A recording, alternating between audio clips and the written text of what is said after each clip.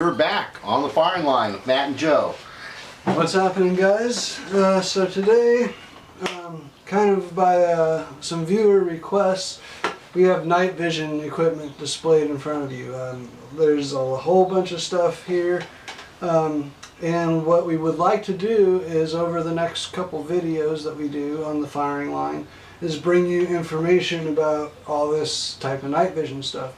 Got a lot of stuff to talk about. Yeah, exactly. So what we're just going to do today is just kind of give you a broad, this is what this is real quick, and so you can kind of start making your decisions if you're thinking about getting night vision yourself. Because we have different setups, we have similar setups, but we pros and cons, that's a big thing in this world. Yeah, there's a lot that goes into using a lot of this stuff. I know some people will think this is overkill and whatnot, but the truth of the matter is if you're going to have any of this, you've got to practice with it, because this takes a special set of skills to be able to use these things. You can't just put on nods and start running through the trees and stuff. You'll end up hitting your face right on a tree, no problem. Oh yeah. Well, I mean, yeah. For instance, we have two different types of night vision over here. This is actually a military spec PVS 7. It's got dual eye cups, but it has a single aperture. Right. Real popular, very popular, and throughout Desert Storm era especially.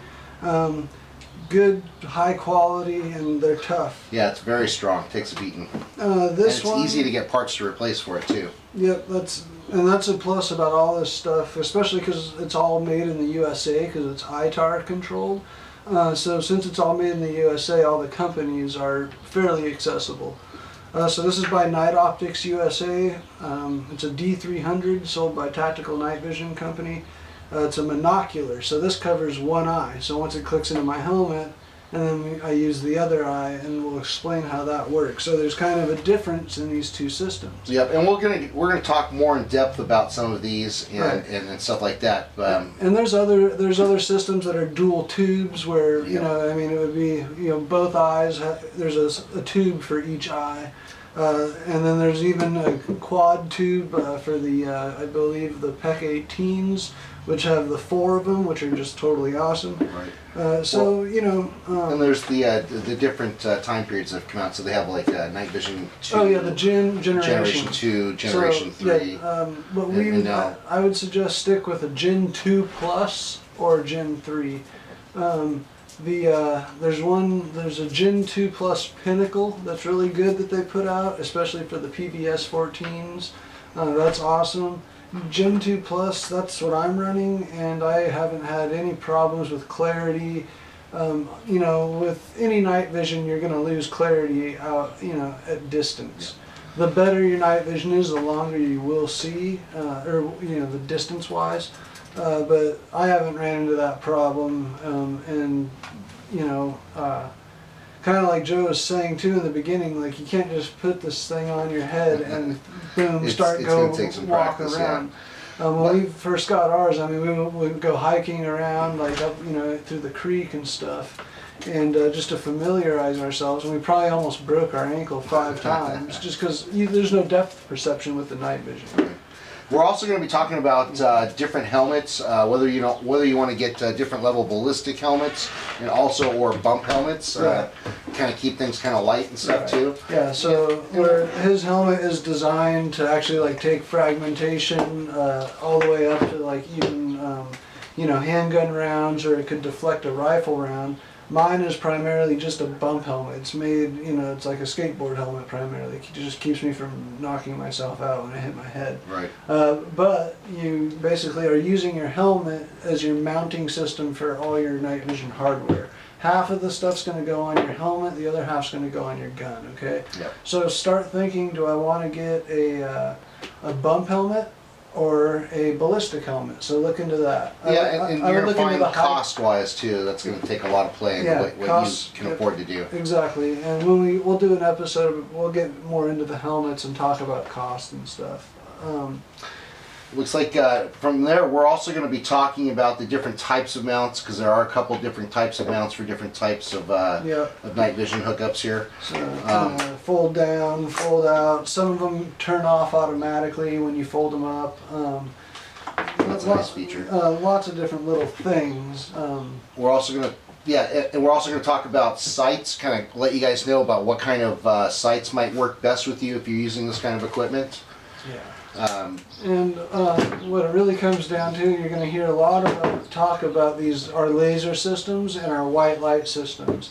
All three of these guns here have a Surefire 300 white light, which is very important to have. Even though you think you're running all night vision, you're going to be all Mr. Stealth.